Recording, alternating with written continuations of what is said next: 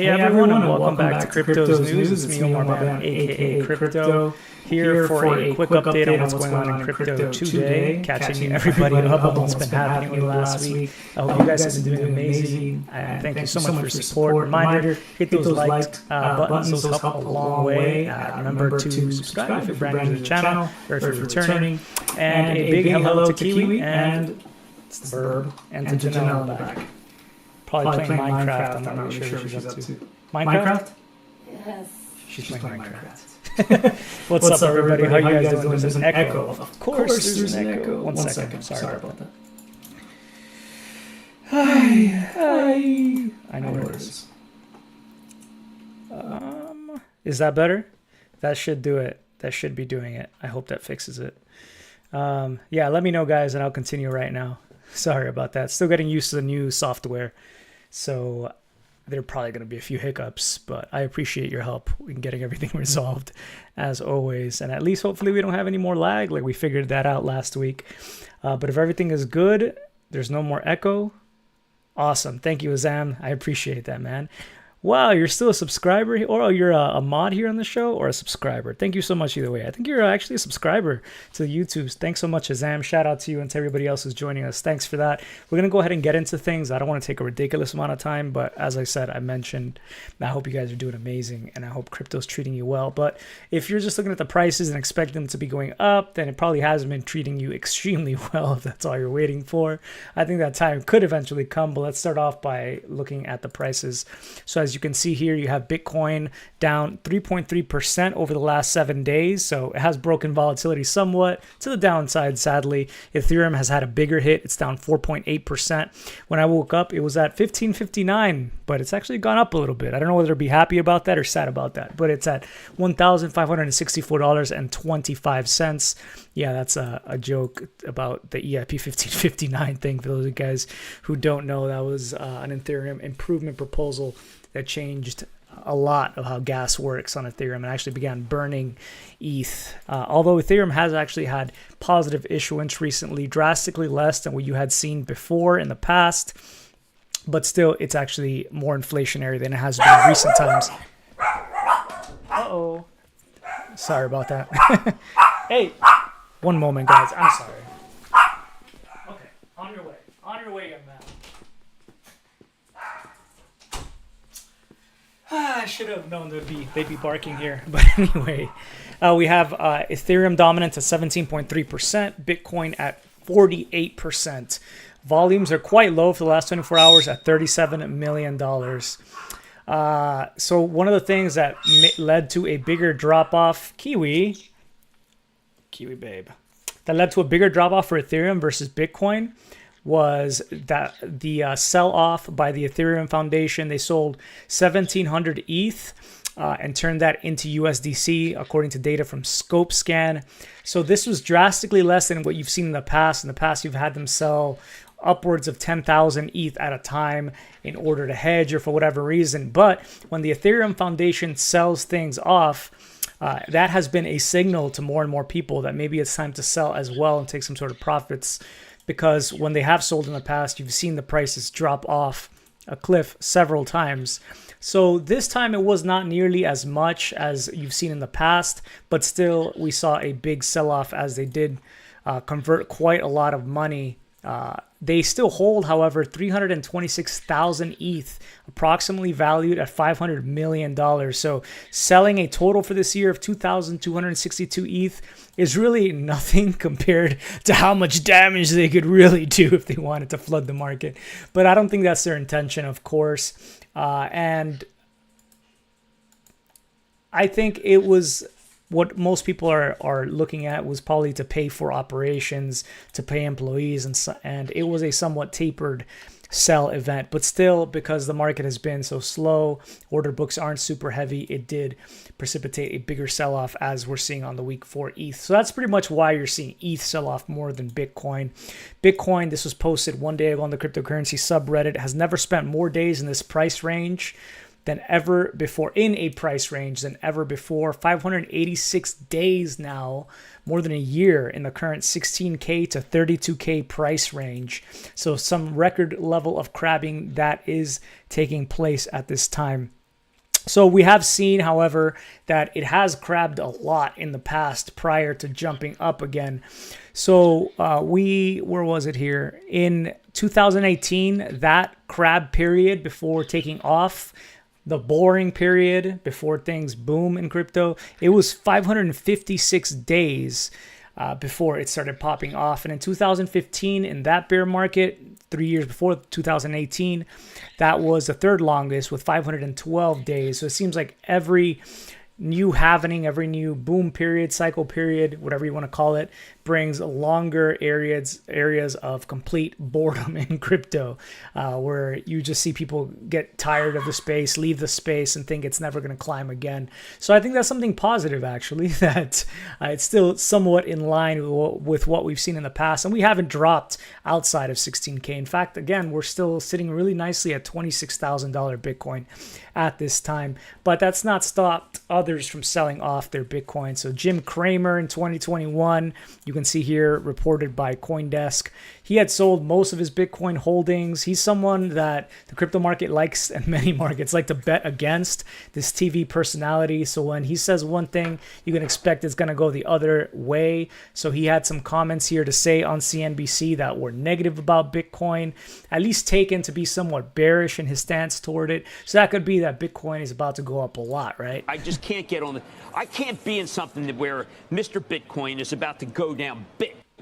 So we don't know what he meant by Mr. Bitcoin. Maybe he was anthropomorphizing the whole Bitcoin space or something like that, and saying that Mr. Bitcoin is going to go down, or it could have been a reference to Sam Bankman-Fried from FTX, who is undergoing trial right now at this time period.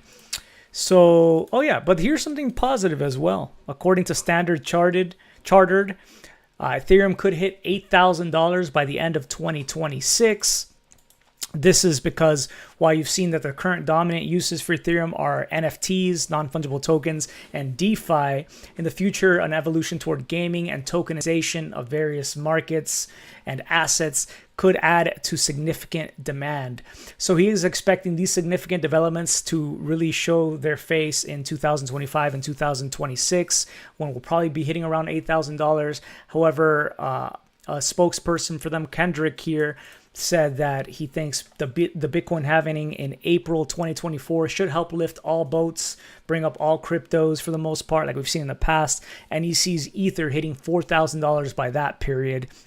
Furthermore, he saw the $8,000 level by 2025, 2026 as just a stepping stone toward the ultimate structural valuation of $26,000 to $35,000. I assume that's factoring inflation that you're seeing happen to a great degree. You're having folks come out like Max Kaiser right now talking about how Bitcoin's going to be this black hole, but he's been saying that forever for a lot of this excess liquidity and inflation that's going to be taking place.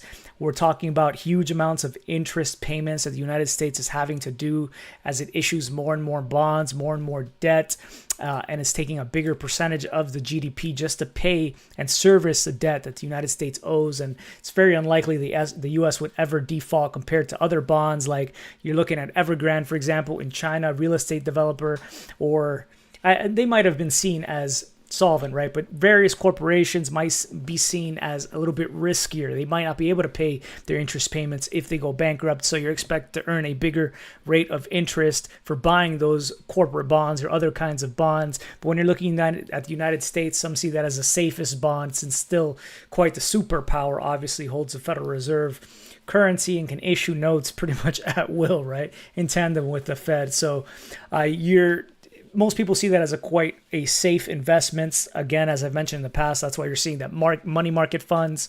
If you're not happy with earning in ETH and you don't think ETH is ever going to go up, then you might pull out your money and put that in bonds, right?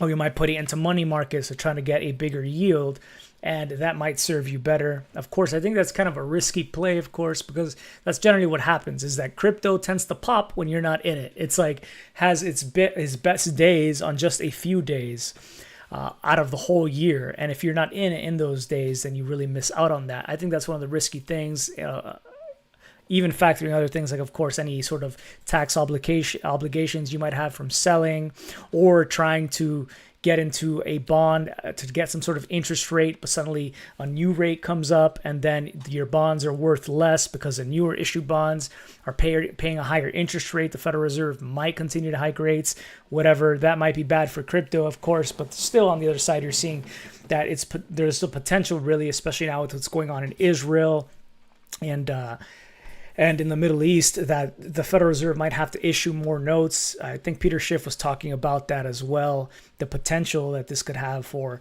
catastrophic financial issues that might cause the Federal Reserve. He didn't say that, of course. I don't think he thinks the Federal Reserve is going to reverse course anytime soon, but it is certainly possible, and many do think that he could reverse course and begin to lower rates, and that would bring a flood of money into gold and Bitcoin. So here's a Jefferies analyst.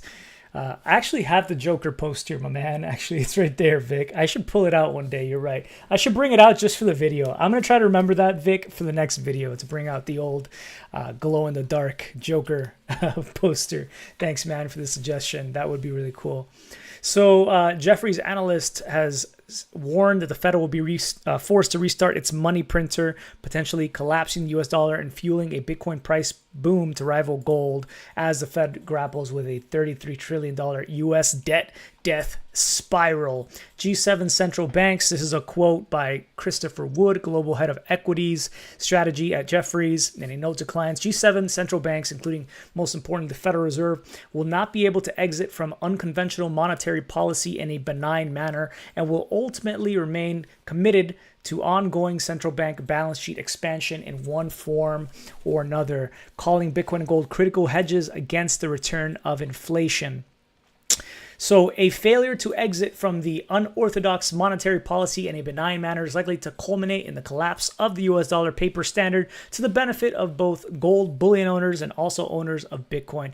This guy sounds like a lot of the gold bugs that I've listened to over the years who have been hoping for that for quite some time. So all I know is that markets can remain irrational longer than most can remain solvent. So a bit of a risky bet, but I think there's a lot more going on for cryptocurrency, such as with Ethereum and the tokenizing of different bonds and assets that you've seen pilot programs for across the world. I think those things are definitely going to be bringing new inflows. Notice I haven't mentioned ETFs because I really am not a big fan of financial institutions benefiting off of all this. I think it's really changed the very nature of what cryptocurrency was meant to be ultimately without the banks there at the control when they face their ultimate demise or untimely demise. There's supposed to be a hedge from that, and holding an ETF probably will not protect you or your assets, but I digress. Maybe it is a vehicle for some to make some money and hold some money in the meantime.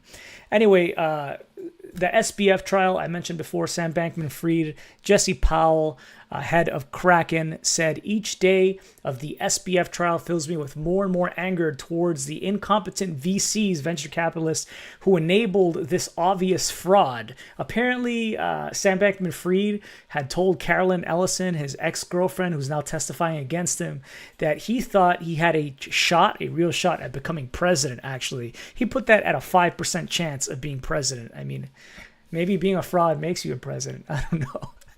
Fills me with more and more anger towards the incompetent VCC who enabled this obvious fraud, which would have been uncovered by the slightest due diligence. We even warned them, wrote Jesse Powell. One thing makes me feel better, though. Nobody is down as bad as this guy, because it's really not looking good in trial against him when you have people who worked with him speaking out against him on what happened behind closed doors now. But this is what one VC wrote. This looks like 2022. After my interview with SBF, I was convinced I was talking to a future trillionaire. Whatever mojo he worked on, the partners at Sequoia Capital Investment Fund, who fell for him after one Zoom, had worked on me too. For me, it was simply a gut feeling. I've been talking to founders and doing deep dives into technology companies for decades. It's been my entire professional life as a writer. And because of that experience, there must be a pattern matching algorithm churning away somewhere in my subconscious. I'm such a genius. I don't know how I know, I just do. SBF is a winner. But that wasn't even the main thing. There was something else I felt, something in my heart, not just my gut. After sitting 10 feet from him for most of the week, studying him in the human musk. Smelled so good. Of the startup grind and chatting in between beanbag naps. I couldn't shake the feeling that this guy is actually as selfless as he claims to be, this altruistic soul, effective altruist. Yeah. Did you guys read that quote that apparently in the space station, by the way, as a complete aside, it smells like a mixture of human musk and body odor and garbage and fecal matter? That sounds pretty gross. I mean, because you think of like space and these environments as being sterile, but then you I don't know what they're doing with the poop out there in space. Are they just like flinging it into space, like encapsulating it, and then like they're probably keeping it on the ship just in case they don't want to hit somebody else in space, right, with the poop, because the chances of that are obviously high, right?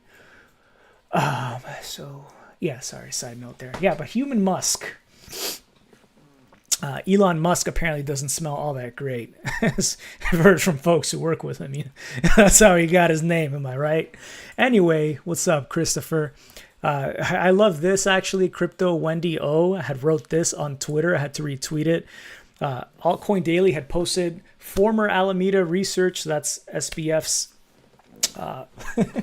So SBF ran FTX, the exchange, but he kind of also ran Alameda, which was an investment firm, but he left Alameda because of conflict of interest, but he actually like secretly ran it through Caroline Ellison, who was his girlfriend at the time, but then they like broke up, but he was like still running it through her. Anyway, former Alameda Research CEO Caroline Ellison to testify Tuesday in Sam Bankman-Fried trial.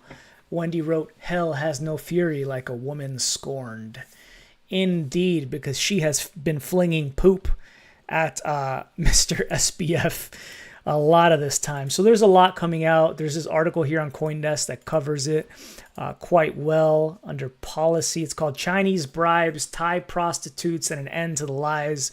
Caroline Ellison's explosive second day of testimony against Sam Bankman-Fried.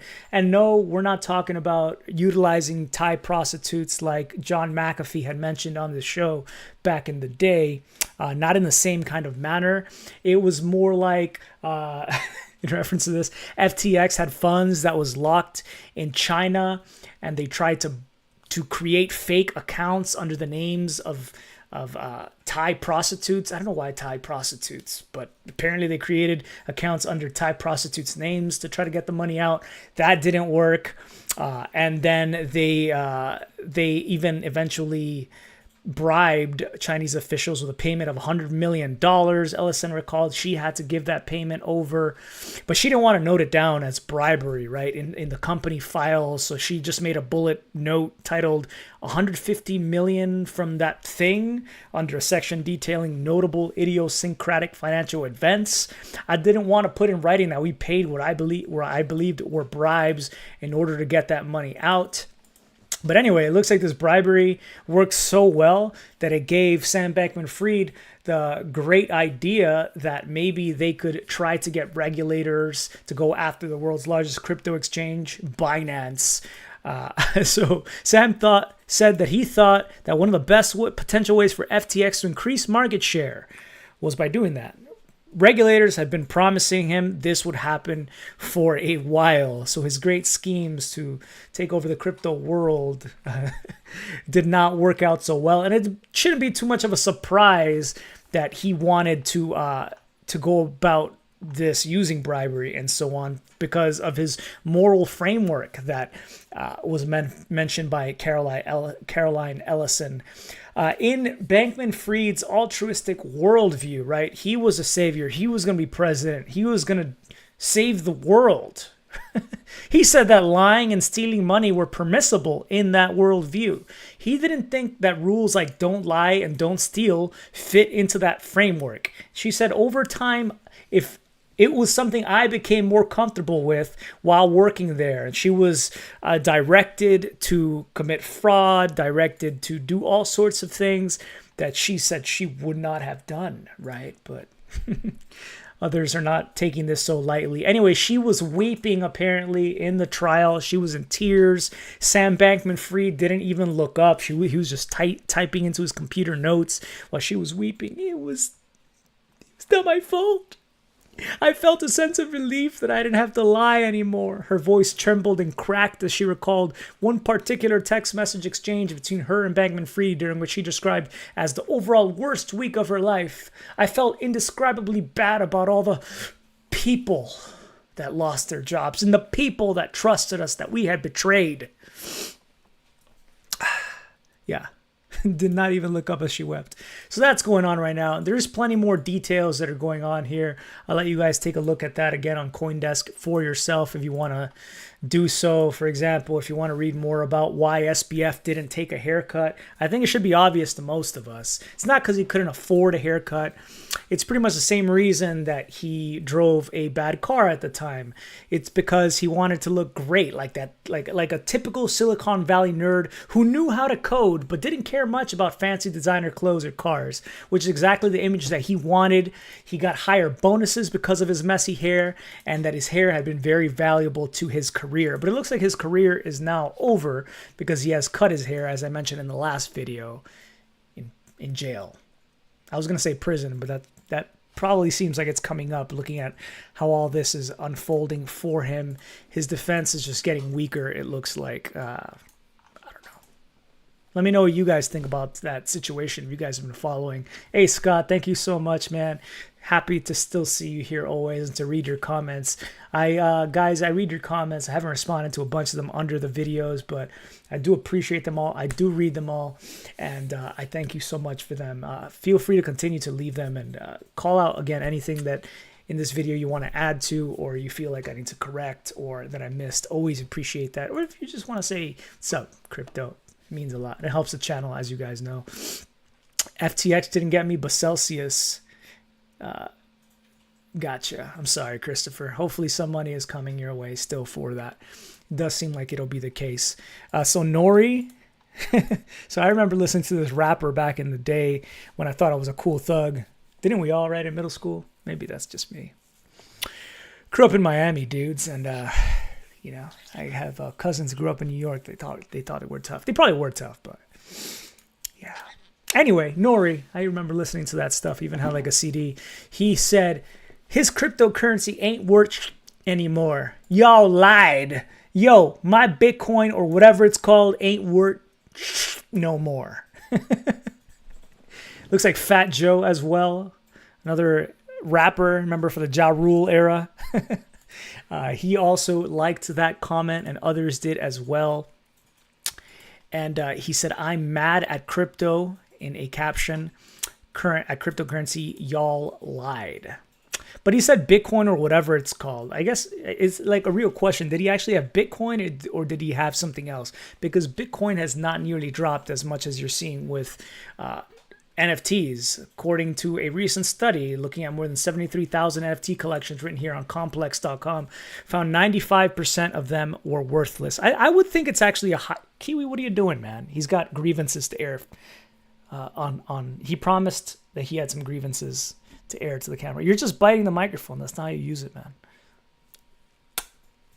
Okay. He's just gonna destroy the show. He's decided and sabotage it. Anyway, it's just funny because you have folks who don't even know what it's called, Bitcoin or whatever it's called. And that's a lot of the folks who have entered crypto over the various cycles. I found this cryptocurrency post 10 hours ago that was put up to be of note, I think interesting. And I think it really reflects a lot of how I've felt as well. So let me just read that for you. Convince me I'm wrong. There's even less adoption and use of crypto today than 6 years ago. We've taken a step backwards. Crypto has reverted and gone backwards since, say, 2017. Let me plead my case. Let me know whether or not you agree with me. And before someone is like, but we have NFTs now and DeFi. Sure, DeFi is great. NFTs in their current state, I think most of us can agree, are trash. And in reality, we had NFTs way back in 2017 with CryptoKitties, although back then we didn't call them NFTs. If you're someone who was around this sub or at least involved in crypto, you may understand this. So first off, back in 2016, 2017, there was more a sense of community. I super recall this, especially making videos here with you guys. as early as 2016. People tipped each other coins. People helped noobs get started. While we all wanted to make money, it seems like most people actually had an interest in the technology and moving the space forward. Everyone was a crypto evangelist. At some points, even being annoying, but people tried to bring others on board, helped others get started. There was less KYC back in 2017. I believe for a period, Binance had no KYC and no withdrawal limits. And when they put on withdrawal limits, it was like 2 Bitcoin per day with no KYC. So pretty sweet. There was constant news about the space moving forward and adoption in terms of use. People were excited about crypto and actually using Bitcoin and crypto to buy things. Sure, some of it was a novelty of doing so, but I thought some winter hats and I bought some winter hats, and would try to buy stuff, spend my Bitcoin to support companies accepting Bitcoin. And it seems many others did as well. I know I certainly did. Anytime something goes mainstream and gains more adoption, sure, it gets watered down a bit. It's just what happens. But I would venture to bet that probably under 20% of people who got in since 2020 have ever made a Bitcoin purchase. And I guess probably less than half have even sent crypto off of an exchange. Even darknet markets, which were a use case some people don't like to focus on, but it was a huge use case and proof crypto had value and a purpose, not just buying drugs, but really any high-risk industry for merchant processing or any industry prone to be affected by censorship. Remember when Patreon was shutting people down and then blaming Visa and MasterCard? Yeah, with crypto, there's no central authority to say this person can't receive money because they have the wrong views. Today, it seems like the vast majority of people are speculating. Nobody's really using technology. A lot of the quasi-social media posts and earn platforms have gone downhill, i.e. Steemit. Use Hive now. DTube and others. A lot of the community aspect is gone. I remember back in 2017, there were tons of meetup groups and community things surrounding crypto. I used to even host some myself. Maybe some of you guys came out to them. You can still find that today if you look hard enough, but it's not like it was back then. I think adoption is going to look much differently in reality when we thought it would look like a few years back. But nonetheless, I feel like we've taken a step backwards from where we were in, say, 2017 or even earlier. Your thoughts? Well, my thoughts were, I remember that every time I posted a video, especially early on in like 2016, I would get crypto donations. You know how I have like donation addresses below my videos?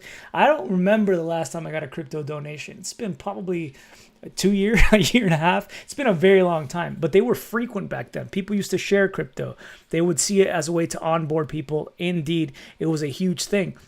I think a lot of the people that are celebrated now, corporate shills, people who run corporations, not going to name names, Michael Saylor, a lot of the heroes that exist now are not like the Andreas Antonopoulos, the Trace Mayers, or the Eric Voorhees. Thank God we still have him of the time. It's just different people who are looked up to right now. I think people more interested in self-serving interests, just seeing number go up, versus actually seeing the world change and be utilized by crypto and imagining how that could better things politically, socially, and in so many other ways. Instead, it just seems like people have given up. It seems like people just listen to what the news are saying, right? Like, what is Jim Cramer saying? That's what's interesting right now.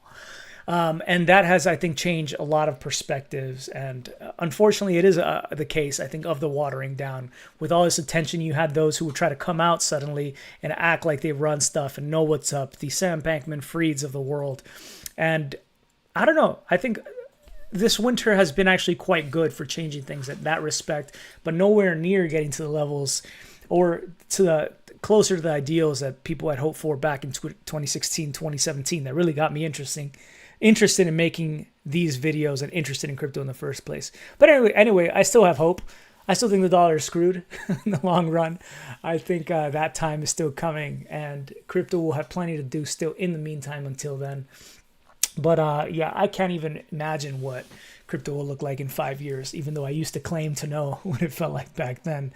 But it's still super interesting to follow it along the way and share this journey with you guys. So I hope you've enjoyed the video. I'm late for an appointment. I'm late for my band practice. I play percussion, as I mentioned, in that orchestra. I got a jet set. But again, thank you so very much. Remember to hit the like button if you enjoyed the video. Remember to share the video on social media if you think somebody will find value for it. And I hope I can catch you guys the next time. Take care, everyone. Much love and stay cryptic. Peace. Oh, never mind. Looks like my numpad doesn't work, which is actually great because I forgot my quote of the day. Here's our quote of the day. The world is changed by your example, not by your opinion. Paulo Coelho. Peace for real.